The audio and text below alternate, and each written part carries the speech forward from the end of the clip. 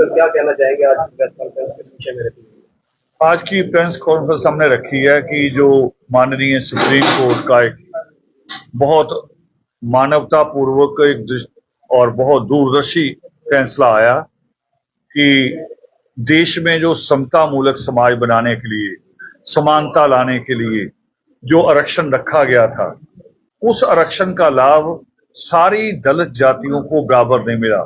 दलित जातियां भी, आदिवासी जातियों में भी ये रहा पाया। जो जाति कोई एक जगह सेट हो गई, आमतौर पे ये मिसाल रहती है कि अगर किसी परिवार का आदमी किसी डिपार्टमेंट में सेट हो गया, फिर वो अपने परिवार को सेट करता चला जाता है, और यही इस आरक्षण में भी हुआ। तो इस आरक्षण को लेके ये पहली सुबुगाहट जो है हरियाणा से ही, जब पंजाब संयुक्त पंजाब था, अमर सिंह धानक यहां से एमएलए हुआ करते थे, उनका पहला लेटर पंडित जवाहरलाल नेहरू के नाम गया कि आरक्षण का लाभ सारी जातियों को नहीं मिल रहा, इसका वर्गीकरण होना चाहिए। मगर वो चलो समस्या खड़ी रह गई। हालांकि उसको जस्टिफाई किया, पंडित जवाहरलाल नेहरू ने ये कहा कि आपका कहना दुरुस्त है, उसका समाधान नहीं हो पाया। फिर 1975 में पंजाब में डॉक्टर ज्ञानी जैल सिंह ने इस अलग आरक्षण की व्यवस्था की, और 1995 में यहां हरियाणा में हुई, ऐसे ही आंध्रा में हुई, तेलंगाना में हुई। मगर जैसे जैसे व्यवस्था आई, दूसरे लोग कोर्ट में जाना शुरू हो गए। कोर्ट में अलग अलग जगह से फैसले इसके पक्ष में विपक्ष में आने शुरू हो गए। 2006 में एक नया काम हुआ ये भारत में पहली बार कि ये जो व्यवस्था थी, अभी तक ये मंत्रिमंडल फैसले थे, कैबिनेट के फैसले थे। मगर जब 2006 में पंजाब का आरक्षण रद्द हुआ, तो वहां के सीएम अमरिंदर सिंह ने इसको बकायदा विधानसभा में बिल पेश करके वोटिंग करवा के पास करा के कानून में बदल दिया। मगर कानून में बदला गया, उससे पहले एक धोखा हुआ वाल्मीकि कौम के साथ कि ये कानून जो पेश करना होता, जो भी कानून पेश होते हैं, वो जिस विभाग से संबंधित होता वही मंत्री पेश करता है। तो विभाग था समाज कल्याण विभाग। समाज कल्याण विभाग की मंत्री उस वक्त थी जो पहले मुख्यमंत्री रहे हैं बेअंत सिंह, उनकी बेटी थी गुरकमल कौर। तो उसी ने पेश करना था, तो हमें उम्मीद थी कि हमारे पक्ष में आ जाएगा पूरा। मगर 15 दिन पहले ही मंत्रियों के विभाग बदल दिए गए। प्रेशर पड़ा अगड़े दलितों का, उन्होंने प्रेशर डाल के जो अगड़े दलितों में से रविदासी जाटव समाज में से महेंद्र सिंह केपी, उसको ये विभाग दिला दिया और गुरकमल कौर को बदल दिया। तो परिणाम क्या हुआ कि जब वो विधानसभा में बिल पेश किया गया, तो नौकरियों में आरक्षण रखा गया, पढ़ाई में नहीं रखा गया। अब देखिए सब कैसी बात कि बीज लगाए ना, तना तना लगा दें, कहे कि पौधा हो जाएगा। पौधा कैसे होगा? पौधा तो बीज चाहिए उसके साथ। अगर शिक्षा में नहीं होगा तो हम नौकरी कौन सी मांगेंगे? तो ये धोखा वहां हुआ। तो धीरे धीरे ये लड़ाई चलते चलते सुप्रीम कोर्ट में गई। बार बार राज्य सरकारें ये कह रही थी कि हमें 2 आर्टिकल है, 16(4) है, 341 है। हमें मुश्किल आती है भी किसको फॉलो करें, किसको ना करें। अब सुप्रीम कोर्ट ने इस मुश्किल का हल कर दिया। सुप्रीम कोर्ट ने कह दिया है कि राज्य सरकारें, केंद्र सरकार जब चाहे इसमें वर्गीकरण कर सकती। ये रास्ता खोल दिया। केंद्र सरकार से भी पूछा सुप्रीम कोर्ट ने, फैसला देने से 3 महीने पहले केंद्र सरकार को नोटिस गया भी केंद्र सरकार की इसमें क्या राय है। तो केंद्र सरकार का अटॉर्नी जनरल का मतलब होता है केंद्र से राय लेके, मंत्री से, प्रधानमंत्री से पूछ के, कानून मंत्री से पूछ के, उन्होंने लिख के दिया कि अगर सुप्रीम कोर्ट आरक्षण में आरक्षण करता है, वर्गीकरण करता है, तो केंद्र सरकार को इसमें कोई दिक्कत नहीं है, हमारा समर्थन है। तो अब ये समर्थन 2 है, सुप्रीम कोर्ट का भी है और केंद्र सरकार का भी है। मगर इसमें दिक्कत ये आई है कि जैसे ये अनाउंस हुआ तो इसके बारे में भ्रम फैलाए गए।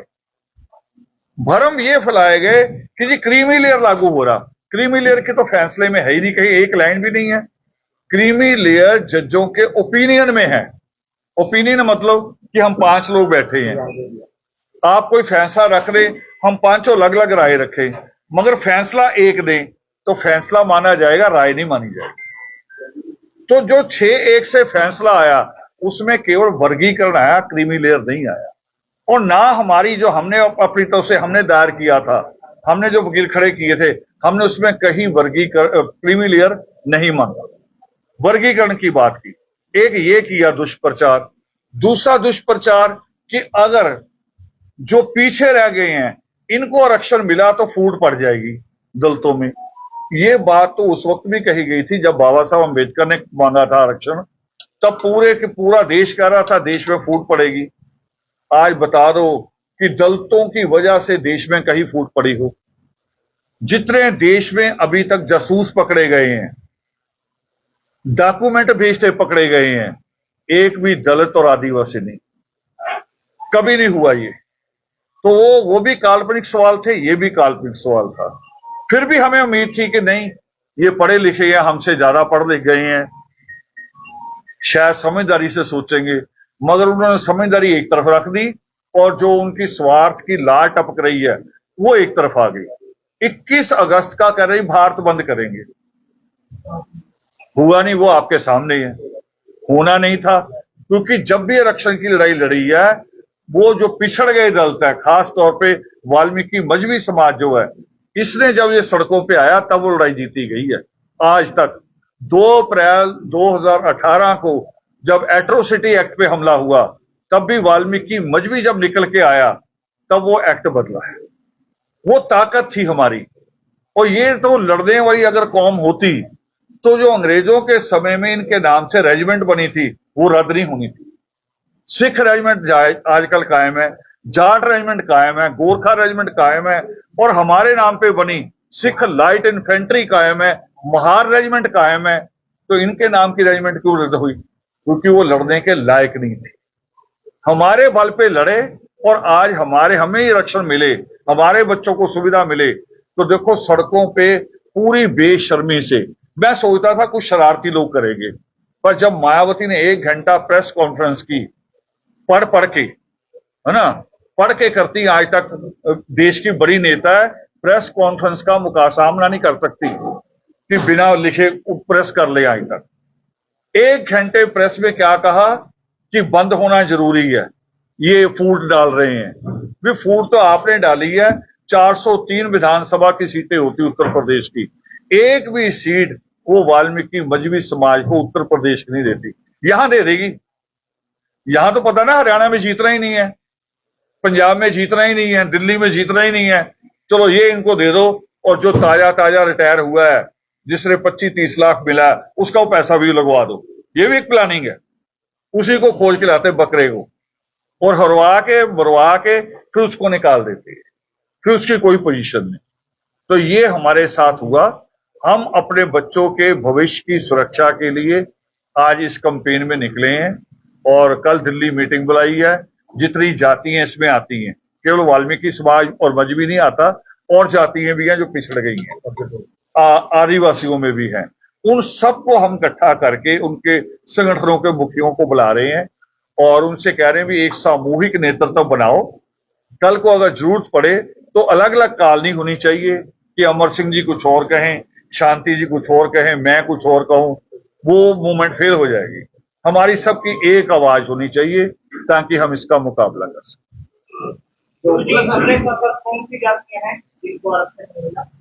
देखो सफाई कर्मचारी में ही 76 कास्टें हैं। एक मिनट, टोटल कही जाती है 6000 जाती है। ये तो सारी स्टेटों की अलग अलग जब लिस्ट आएगी, जैसे आपके यहाँ है बड़ी लिस्ट है उसमें जो डीएससी में, है ना, तो ये तो सारी स्टेटों की लिस्ट जोड़ेंगे तो हजारों बनती है। वो अपनी अपनी स्टेट करेंगी, उसको फैसला स्टेट लेगा कौन कितना, उसके आंकड़े भी होने चाहिए। आपके पास है डॉक्टर जस्टिस गुरनाम सिंह की रिपोर्ट आपके सामने, तो ऐसे उसके आधार पे होगा। आपके एसटी और एसटी ने आरक्षण में राजनीति में काफी डिवाइडेड है जी। आपका हिस्सा एसटी समाज काफी मात्रा में है। कौन सा समाज? एसटी और एसटी समाज, आपके जो उसमें आपका हिस्सा ज्यादा एसटी समाज देगा। हमने अगला कदम बना रहे हैं। मैं अभी कहना नहीं चाह रहा था क्योंकि मैंने अभी कहा दिल्ली में हमने मीटिंग की बुलाई है कल की। हम उस पर रणनीति बनाने जा रहे हैं कि ये तो एजुकेशन और सर्विस में है जो सुप्रीम कोर्ट का आदेश है। हम राजनीति में भी चाहेंगे कि उसमें भी जो पिछड़े दलित है और अगड़े है, इनका आरक्षण अलग अलग किया जाए, ताकि ये नहीं कि हरियाणा की 2 सीटों पे सिरसा और अंबाला, पंजाब की 4 सीटें रिजर्व, दिल्ली की 1 रिजर्व, उस पे एक ही जाति का कब्जा हो जाए। इसकी रिप्रेजेंटेशन भी हमें मिलनी चाहिए, ताकि पार्लियामेंट, विधानसभा या सब कमेटियां जो बनती है उसमें हमारा नुमाइंदा वहां बैठा। एक पंजाब के अंदर सत्ता परिवर्तन के अंदर आपका ये दलित समाज बहुत बड़ा अहम योगदान निभाता है। हरियाणा के अंदर आपका राजनीतिक स्टैंड क्या है? नहीं, वहां भी नहीं निभाया समझदारी से जो होना चाहिए था। पंजाब में 34% दलित है। 34% का मतलब अकेले ही सरकार बना सकते हैं। समझदारी वहां भी नहीं है। वहां ऐसी सरकार चुन दी जिसने भगत सिंह की और बाबा साहब की फोटो हर ऑफिस में कंपलसरी कर दी लगेगी, मगर जब राज्यसभा में 13 मेंबर भेजे पंजाब से और दिल्ली से, उसमें एक भी दलित नहीं। धोखा हर जगह है, इसीलिए हम एजुकेशन पे ज्यादा जोर दे रहे हैं। पॉलिटिक्स पार्टियों का आने वाले समय में विरोध होगा क्या, अगर जिस प्रकार आपकी मांगे हैं, अगर कोई पॉलिटिक्स पार्टी पूरी नहीं करती? बिल्कुल होगा।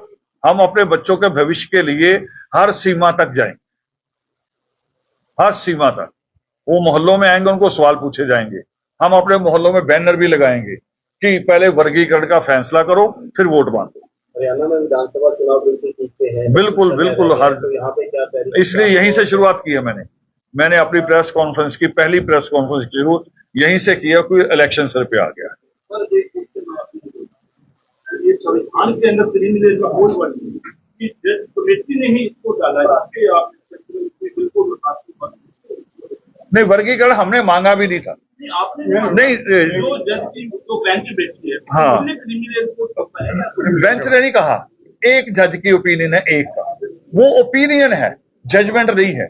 जजमेंट जो है उसमें केवल वर्गीकरण की बात, क्रिमिनल शब्द ही नहीं है। जो बैकवर्ड क्लास के अंदर क्रिमिनल और वो ये थोड़ी उस पे लागू कर, वो बैकवर्ड क्लास की पोजीशन और है ना। बैकवर्ड क्लास में एक तो पत्थर तोड़ने वाला है बैकवर्ड क्लास में, दूसरा सुनार है। उस दोनों में फर्क आ जाएगा ना, फर्क आएगा तो वहां क्रिमिनल हो सकता है, यहां नहीं हो सकता। दरअसल जी, जब चुनाव आते हैं, चाहे किसी भी स्टेट में हो या कहीं भी होते हैं, तभी आप लोग आपको समाज की, आप लोगों को याद आती है आगे किसी समाज में? हम लगातार पूरा 365 दिन काम करने वाला संगठन है हमारा। अभी मैं पिछले संडे रुड़की उत्तराखंड में बच्चों का सेमिनार करके आया हूं, एजुकेशनल सेमिनार। और नवंबर में आपके इलेक्शन के बाद, इलेक्शन में नहीं कुछ करेंगे, इलेक्शन के बाद हम सिरसा में एजुकेशनल सेमिनार करने जा रहे हैं। ये हम आए हैं इलेक्शन की वजह से नहीं आए, ये हम आए हैं सुप्रीम कोर्ट के फैसले की वजह से, तो उसकी इम्प्लीमेंटेशन होनी चाहिए। गुरु जी, जातीय जनगणना की आवाज देश में उठ रही है, और उसमें ये है कि जिसकी जितनी भागीदारी उसकी इतनी हिस्सेदारी, उसको आप कैसे? जाति जनगणना में आप और लोग बात समझ लीजिए, उसमें एससी और एसटी का मामला नहीं है। एससी और एसटी की जनगणना ऑलरेडी होती है, वो उसमें मामला है ओबीसी का, जिससे सरकारें, सारे राजनीतिक दल डर रहे हैं। ओबीसी का मामला है, क्योंकि वो 27% आरक्षण है और उनकी पॉपुलेशन 52% है। वो जनगणना को सरकार रोकती है कि ये बड़ा बम है, इसको नहीं निकलने देना। एससी की जनगणना तो आती है, मैं उसी के आधार पे बोल रहा हूं कि देश में जो वाल्मीकि मजबी समाज है, सफाई कर्मचारी जातियां जो हैं, 13 करोड़ की आबादी, मैं जनगणना के आधार पे बोल।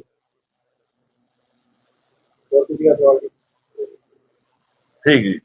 हमारे रहते आप बेरोजगार क्यों हैं? सरकारी नौकरी की सबसे अच्छी तैयारी, सबसे अच्छे अध्यापक, सबसे कम फीस, हरियाणा का नंबर 1 कोचिंग सेंटर ICS। संजीवनी अस्पताल बाल एवं शिशु रोग, general surgery, plastic surgery, neuro surgery, नेत्र रोग, फिजियोथेरेपी, स्त्री एवं प्रस्तुति रोग, हृदय एवं शुगर रोग, हड्डी एवं जोड़ रोग, कार्डियोलॉजी, दंत रोग, इमरजेंसी चिकित्सक सुविधाओं में एक भरोसेमंद नाम है। ICU, NICU, cath lab, hair transplant, private कमरे, urology, CT scan, laparoscopy, accident, trauma, heart attack, जले का इलाज, डायलिसिस की सुविधाएं उपलब्ध हैं। सभी मरीजों को खाना फ्री दिया जाता है। आयुष्मान भारत हरियाणा सरकार और रिटायर्ड फौजी भाइयों के इलाज, इंश्योरेंस और TPA पैनल पर सभी सुविधाएं उपलब्ध। पूछताछ मोबाइल नंबर 7027566691